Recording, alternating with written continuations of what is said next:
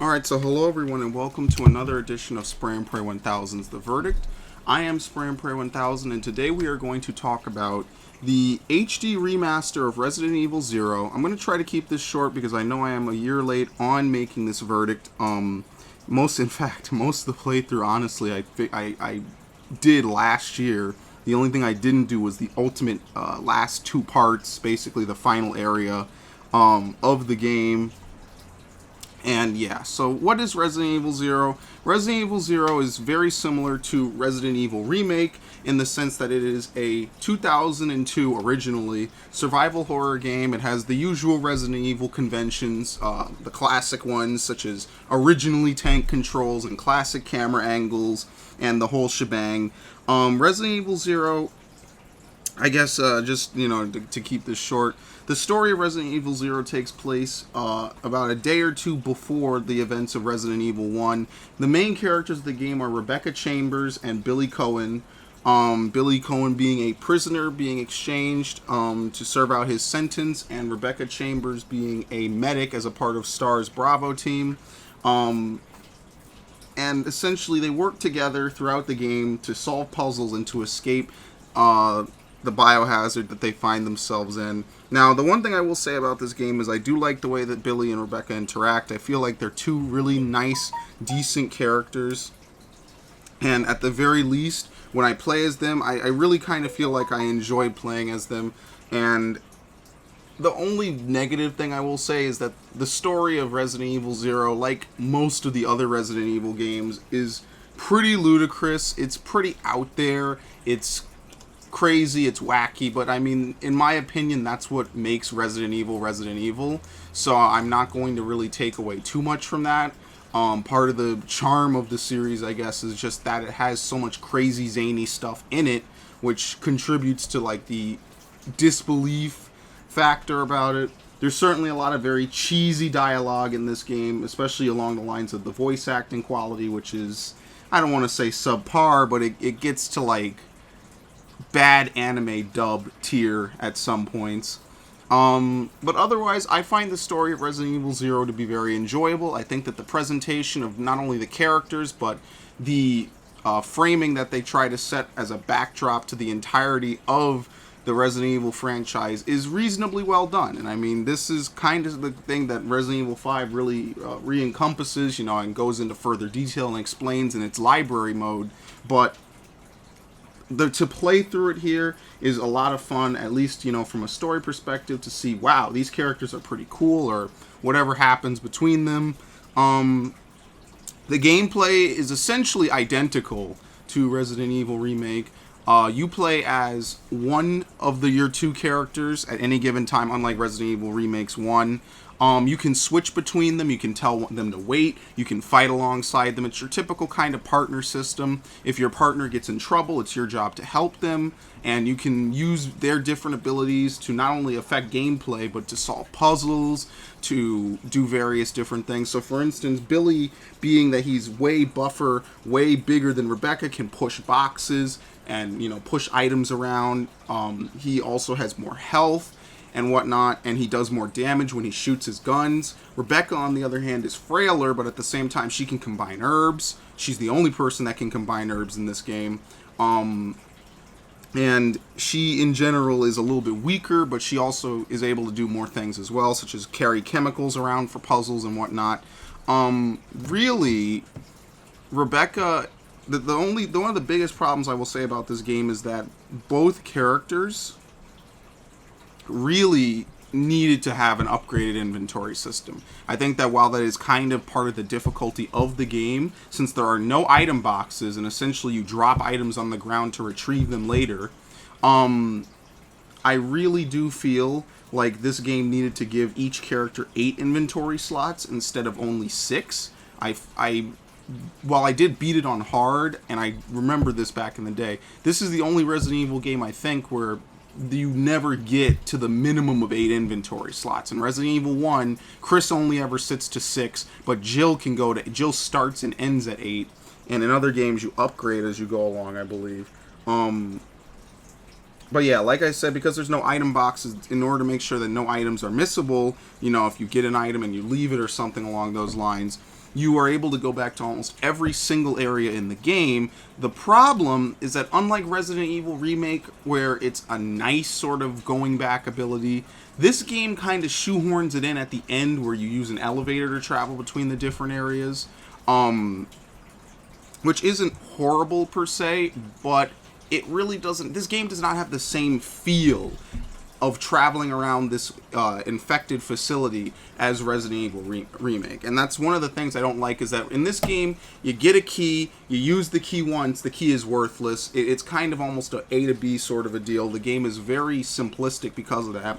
Whereas in Resident Evil Remake, there was a reason to explore around. Maybe some rooms are worth it, some rooms aren't. But the difference is that each key is able to be used multiple times, except for like maybe a few keys here or there. There's a reason to keep it around, and it makes it feel better. This game feels very streamlined in the sense that, okay, you go in this room, you grab the key, and then you just put the key in the reader, that's it. You throw it away. It's very simplistic in that regard. And while that does kind of make this game, in my opinion, a little bit easier in terms of managing the items, I think part of the reason why they did it is since they wanted to stick with the 6 inventory slots, they wouldn't make you carry around one item for half the game, trying to unlock doors and stuff, which again comes back to the fact I think they should have upped the inventory space, because going back and traveling to all these different areas is very, very time consuming, and I wouldn't necessarily say it's the super best amazing thing to do.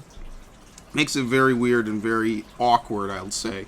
There's also a couple of things, like some enemies are a little bit annoying to deal with, such as the Leechmen, where they are more complex than the average Resident Evil enemy to dispatch.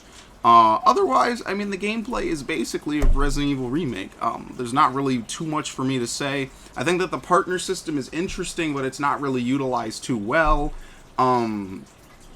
In the sense that it's like, because there's fixed camera angles, it's kind of hard to move both characters and dodge enemy attacks. Again, that's something that I feel like would be really good if they had, and Lord knows how long ago someone used this phrase, sight jacking. I think that if they had sight jacking when your partner was off screen, that would have been really good. And I mean, even if it was restricted to them being in the same room as you, it would allow you to see what you're doing on the right stick as your partner while controlling your main character, or vice versa. It sometimes becomes a lot of a hassle to try and move characters around a room when basically the rooms are claustrophobic, they're potentially filled with enemies, and on top of all of that, the enemies, you can't really see where they are relative to your characters, so you end up running your characters into stuff. It basically makes this game turn from, survival horror with a partner into Billy is going to go out and kill everything while Rebecca sits safely in a room that nothing is going to hit her in. Or vice versa, depending, how you're playing the game. But in general, you basically end up leaving one person standing around for like half the game, and you switch between them only when you need their help or if you need them to complete a puzzle. Otherwise, you just sit them around and don't really do anything with them. And I kind of really feel like that's a detriment to the game. I think that really needs to be... well, I mean, they're not going to fix it because it's a game that came out literally over a decade ago. But I feel like that takes away from the game. The safest way to play the game is to essentially have one person do everything. And in my opinion, that's kind of silly. The other thing is that this game will kind of fuck you in the sense that if you play on high difficulties and you don't know what's coming, like for instance, there's one fight early on where you cannot use Rebecca. Rebecca is out of commission for the fight. So essentially, if you did not load up Billy with enough ammo to kill the boss and maybe left Rebecca with some of it, you're fucked. You have to basically die or quit and start over. And I remember this being very frustrating to me when I originally played this game. It's still in here, but because I played the game, I know not to do it. There's certain elements of this game that need to be changed. Like, oh, well, Rebecca got kidnapped or something. Here you go. Let's drop all her gear on the floor so that way you can sort between it and fuck around with it and make sure that, you're picking up what you want. Stuff like that. And I really feel that because they don't do that, this game is going to be very trial and error. Which I get that, nothing wrong with trial and error. I love it. I think that that's how you learn how to get better at games. But at the same time, they need to like be accommodating for the fact that, oh well, you gave all your ammunition to Rebecca because you maybe like playing as her more, maybe it suits your play style. Oh well, by the way, this fight they take away Rebecca. That's just a free load. You know what I mean? That's not really like, oh well, you're not good enough to kill the boss. It's that you literally do not have the ammo numbers to kill it. Free load, start over. And I mean, granted, you should be saving a lot. You could go back and forth about it, if you don't know what's coming up, but it is still basically a free quit. In the sense, not in the sense that you're bad at the game, it's in the sense that you don't know what's coming up. But this game will kick your ass on hard. I like that, though. I like the difficulty, I just don't like some of the things they do with the partner zapping. But I still think it's ultimately a beneficial part to this game. About 60% of the time it's in, maybe like 20% it's neutral, it's so-so. Additionally, I like the puzzles in this game. I think that they're very, very interesting. There's a chess puzzle that I like. There's a couple of number puzzles, which I think are good. I always like those. The only thing I will say to move on to presentation is this game looks good on the PS4, of course. Every game does. Like, what are you going to tell me? They just straight ported it. The only thing that they didn't do was upgrade the cut scenes. The cut scenes of the game, especially some of the ones with the environments, like, oh, water is draining out of here, so you can now go down into a lowered area. Same problem Resident Evil Remake had. They literally ripped the 480p cutscenes right from the GameCube and just put them right on the PS4. No effort, no change, no nothing. That should not happen. That you could go and put the extra time in to upgrade these cutscenes to at least 720p. And maybe they gotta re-render them in engine, but that's the least that they could have done because they look so out of place and so jarring to look at these cutscenes. And I'm not a big graphics person. That's one of the last. That's why I put it at the butt end of the review. But by that same token, that is kind of a little bit, I don't want to say lazy, but they really missed the mark in the sense that, oh, okay, the rest of this game looks great. You show someone this cutscene, they will literally think you're playing on the GameCube. And I just wish that that wasn't the case. But in any event, blah, blah, blah. Resident Evil 0, very fun. Everyone loves it.